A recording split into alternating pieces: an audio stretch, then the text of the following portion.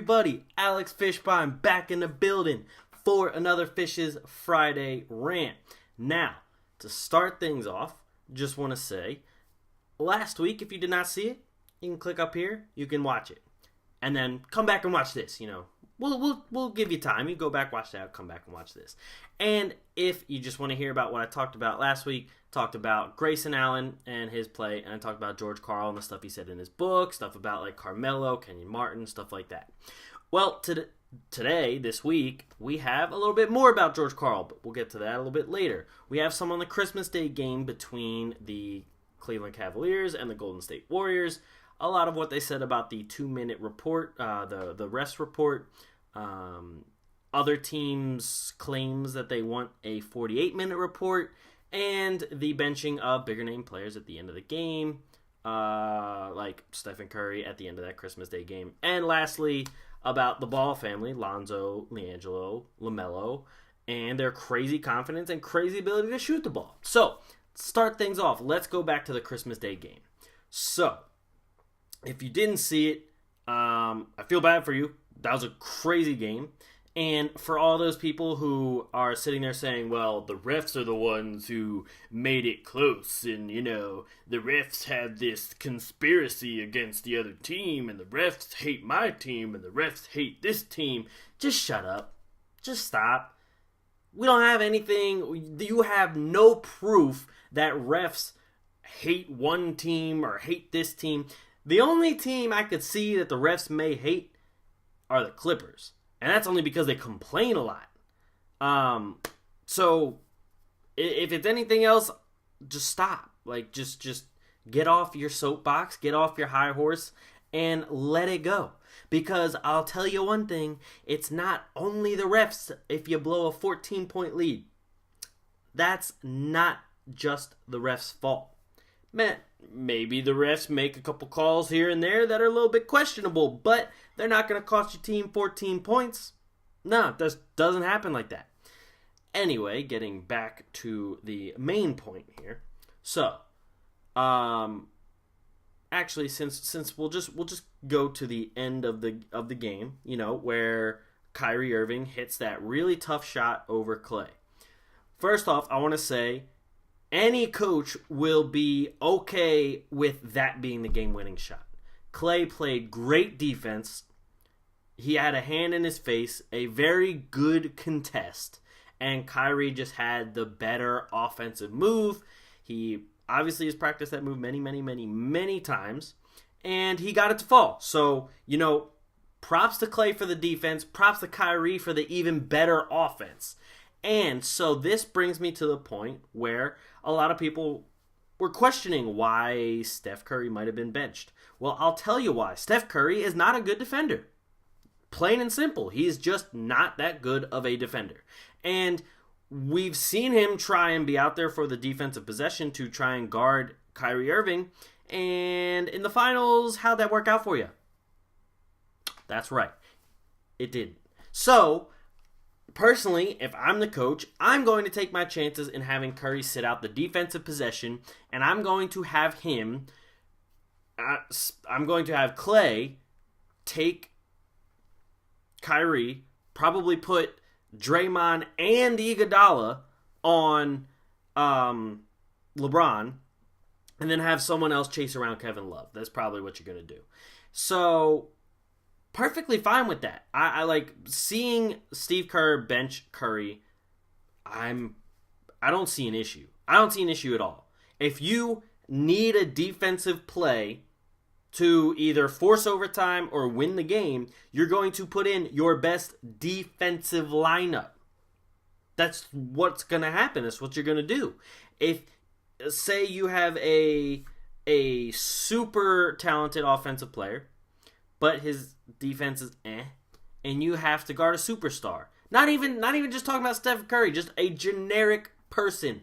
Anybody who is great at offense, but not do good at defense. You're not going to sit there and say, well, we need this defensive possession badly. We're not going to say, let's put him in on defense and see if he can get the job done. No, you're going to put in the guy who you know is a good defensive player and you know will at least get a very good contest. which Klay did. But as I said, Kyrie just had the better offense.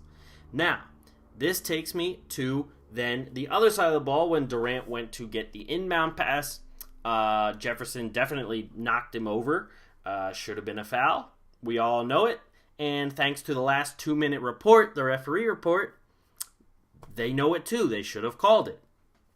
And they should have called the tech on LeBron for hanging on the rim.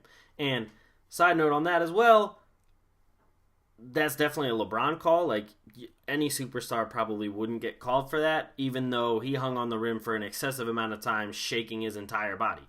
Which, personally, like, if you're a ref, you have to notice that. Like, it was so blatantly obvious a tech that, I don't know. Anyway. So, Durant gets hit and should have been a foul, but game over, Cleveland wins. Last 2-minute report says it. Durant calls the last 2-minute report a bunch of BS. LeBron reiterates his sentiments. I reiterate it too. The last 2-minute report is dumb. The only thing it's doing is selling out the refs and giving the fans what? It can't be giving the fans some kind of peace of mind. How is that giving you a peace of mind if you now, instead of guessing that the refs got it wrong, now they know they got it wrong, and you're like, so what do we do now? Like, just them admitting that they're wrong doesn't change the outcome of the game. It doesn't make them do a redo or a mulligan. It's just saying, hey, we were wrong. Oh well, game over. Still ends the way it did. So what's the point of even saying it? If nothing changes, if this doesn't bring about any kind of impact, if it doesn't change anything at all for the better, why even have it? Because also, so sometimes you'll, websites, brands, whatever, will bring out this kind of stuff if it'll up views, if it'll up sales, if it'll up whatever it is. It's not doing that either, because a lot of people will just wait for the 2-minute report to come out and then just wait for all the tweets of the headline, and it'll say, usually the headline says, got this and this wrong, and it's like, oh, they got it wrong, okay, we go on with our life. So I completely agree with Durant, with LeBron, that this shouldn't even be a thing. And I know the refs don't want it either, because it's calling all of them out. And that would be like if you went to your job and at the end of each day, it was like, well, here's everything you did wrong in the last hour of your workday. Who wants that? And it's not changing anything. So there's no point in having this. And then there's reports and whatever of teams saying they want a 48-minute ref report. First off, who wants to read through all of that just to find what refs should and shouldn't have called? Second off, this still won't change anything. Nothing at all. So stop. There's no point in doing it, especially for the whole 48-minute report. No, that's stupid. If I was watching the Sixers game, and I know, the second quarter, I'm like, oh, that shouldn't have been a foul. Next day, a 48-minute report comes out. Oh, it wasn't a foul. Cool. Now what? Exactly. Stupid. All right, so, getting off that subject. Next, let's talk about the Ball brothers. Now, first off, Lonzo killing it at UCLA. Great shooter, great guard, and that UCLA team is stacked out there, They're just a really good team. And you also get to see the youngest of the Holiday brothers on there as well, who personally I really like, Aaron Holiday. He's showing some great stuff out there. But anyway, so yeah, Lonzo Ball, great scorer, great shooter. He's been really proving his stuff at UCLA. Then you look at the middle brother, LiAngelo. And he dropped 40 one night and then 70 the next night. I know it's a high school game, but still. Then you have LaMelo, the youngest one. And this man had the confidence in a game to point at the half court. Look, let's just play it. Let's see this. So he gets the inbound. He points at the half court line, just pulls up. Bang. Like, what? And he's just sitting there laughing about it. And the other team's like, all right, let's go. I bet you the other team is getting blown out. I bet you they're getting just destroyed. The man pointed at the half-court line and pulled up and said, just watch this. Like,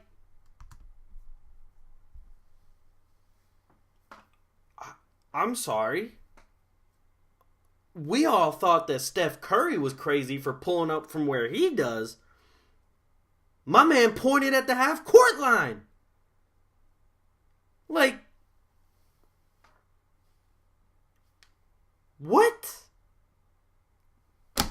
That's insane. And I've already seen tweets and stuff, but I already know people are going to be like, oh, this is what Steph Curry has done to the basketball with kids shooting from the long range, and, this kid is too cocky, and blah, blah, blah, blah, blah. All of you can shut up, too, because you're no fun.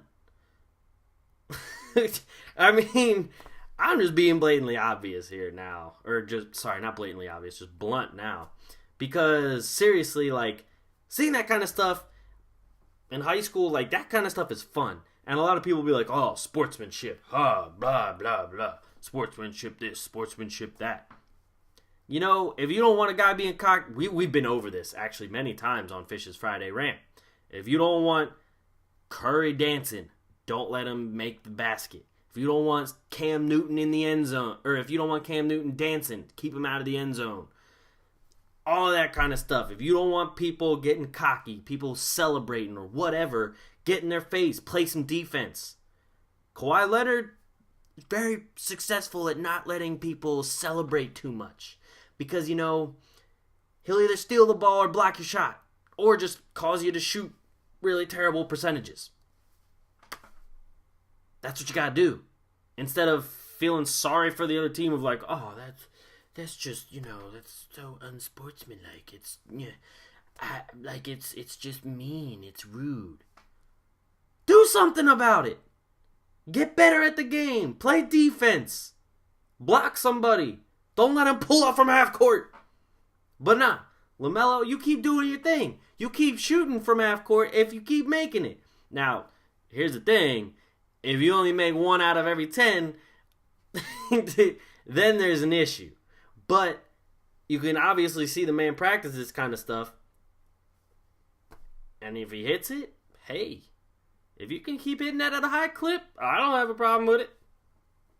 Shoot. So, last but not least, we're talking about George Karl a little bit more here. So he goes on Mike and Mike in the morning and kind of apologizes for all of his comments from his book.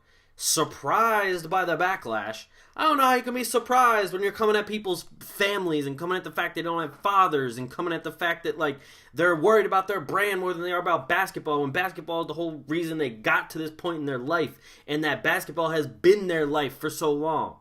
How are you surprised about that? That's like me going up to a professional chef and being like, your food is pretty crappy. It's probably because you have a bad personal life at home. And then him yelling at me for that, and then I'm being like, oh no, I wasn't expecting that. Come on, man. And then there was stuff about him saying he wants to coach again. After all this, who would want to hire that? Seriously? Come on now. George Karl, just stop. Just quit it. Okay, bring out the book. Stop making little excerpts and everything. Just come out with the book. Let people read it. And if there's backlash, there's backlash. Don't sit there and say, oh, I apologize. Let me rescind that. No, it's written down. As soon as that book comes out and it's published, you can't apologize for nothing because that is out. It is on newsstands, bookstores, whatever it may be, on people's Kindles. It's right there. You can't apologize for any of that. You can't rescind it. I don't care what you say. There is nothing you can pull back from any of that. So you better be comfortable with what you got in that book. That's all I'm saying.